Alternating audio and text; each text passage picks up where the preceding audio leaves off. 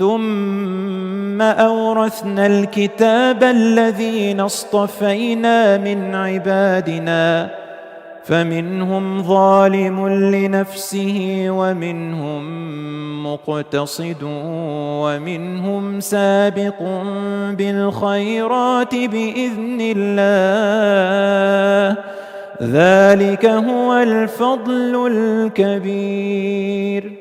Allah says, then we bequeathed, meaning we gave over the book to those of our servants that we chose. Now, meaning the Muslims, they carried the Quran. And meaning the people who hear about Islam and read this Quran and they take it. The moment you take the Quran and believe in all of it, it means that you've believed in Allah's words, which means that you have inherited the words of Allah. That's what it means. The moment you believe in Islam, the moment you believe in the Quran as the final book of Allah, in every word, Allah has chosen you. Chosen you because He knew you were going to choose. And when you make that choice, Allah chooses you to be an inheritor of the book. That's the natural laws that Allah subhanahu wa ta'ala has put in place. Allah then says, now, here comes the three types of people. Now, some of them who took the Quran, some of the Muslims, some of the believers, who took the Quran and inherited it, some of them wronged themselves. That's the first category of people, those who wrong themselves. And some follow the medium course. That's the second category of people. And some, by Allah's permission, race and compete with each other in acts of goodness. That's the third category of believers. Then Allah says, that is the great bounty. So now we have three levels of people Allah introduces to us among the believers. Number one, those who are unjust to themselves. Number two, those following the middle course. Number three, those excelling in good deeds. Which one's the highest? Those who excel in good deeds. The middle course and the lowest are the ones who wrong themselves. SubhanAllah, it's so interesting the way Allah subhanahu wa ta'ala talks about sinners. He doesn't say they are sinners. He says they are unjust to themselves. As if to tell us, Allah didn't wrong you. You're wronging yourself, you're hurting yourself. As if to say to us, the only reason Allah forbid certain things, told us this is haram, is because it harms you. When you do the haram, you are harming yourself. You are being unfair to yourself. It's like saying, actually I'll give you the hadith of the Prophet ﷺ. He said, I am to you, our Messenger Muhammad ﷺ said to his companions and to all of his ummah, to us, I am to you like a man who is sitting at night with a fire burning in front of him. He's lit up a fire. And he sees butterflies and insects flying towards the fire because they think it's food, they think it's nice, they think it's party, they think it's colorful, they want to go into it, they think it's good. But they don't know that the fire, if they come closer, will burn them. And the man has kindness to the butterflies and all the insects. He keeps moving them away. He says, I am to you, my ummah, those who follow me, my companions and those who follow me, like that man. You keep flying like those butterflies into the fire, and I have come to save you and keep you away from it, always telling you to stay away. And we, inshaAllah, inherit that from him by helping each other to stay away from the fire too. Your brother, your sister, yourself, to your family, to your parents, to your children, to your neighbors, to everyone that you can. Help them stay away from that. So now we move on. Who are these three people? Number one, those unjust to themselves. They are true believers, but sinful. Culprits, but not rebellious. Weak of faith, but not hypocritical and unbelieving at their heart. That's the first category. Those who wrong themselves are the majority of people today.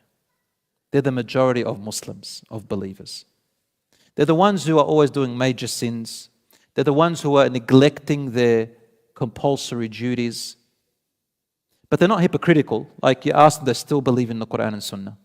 They still believe in all of that. They're not committing acts of shirk. They're not polytheists. They're not doing things against their religion. They're not allying with enemies of Islam. You know, you see them, mashallah, when people are being oppressed, they stand up and they say, for the sake of Allah, I will defend them and I look forward to paradise. Yet if you look into their lives, or you look into your own life, you find they're not really a person who is walking the path of paradise. Salat is neglected, probably prays Friday on, Friday off. The 5 daily prayers on and off. Ramadan, he just wants it to go very quickly. When it comes to hijab and covering yourself up for women and the men covering your awrah, and as Allah subhanahu wa ta'ala told us in the Messenger sallallahu alaihi wasallam, they have shortcomings in that. But when you come to ask them, and when they sit down, they don't want to be sinners. They don't like it. They still believe. These is the first category Allah talks about. The ones who are unjust to themselves. They inherited the Quran and Allah considers them inheritors of the Quran. The second category, those following the middle course. Who are they? They're less in number than the first category, but they are more in number than the last category. Those following the middle course. They are true believers and they have a combination of both the good and the evil actions in their life. At times they're very obedient, other times they let themselves free. So they're kind of casual.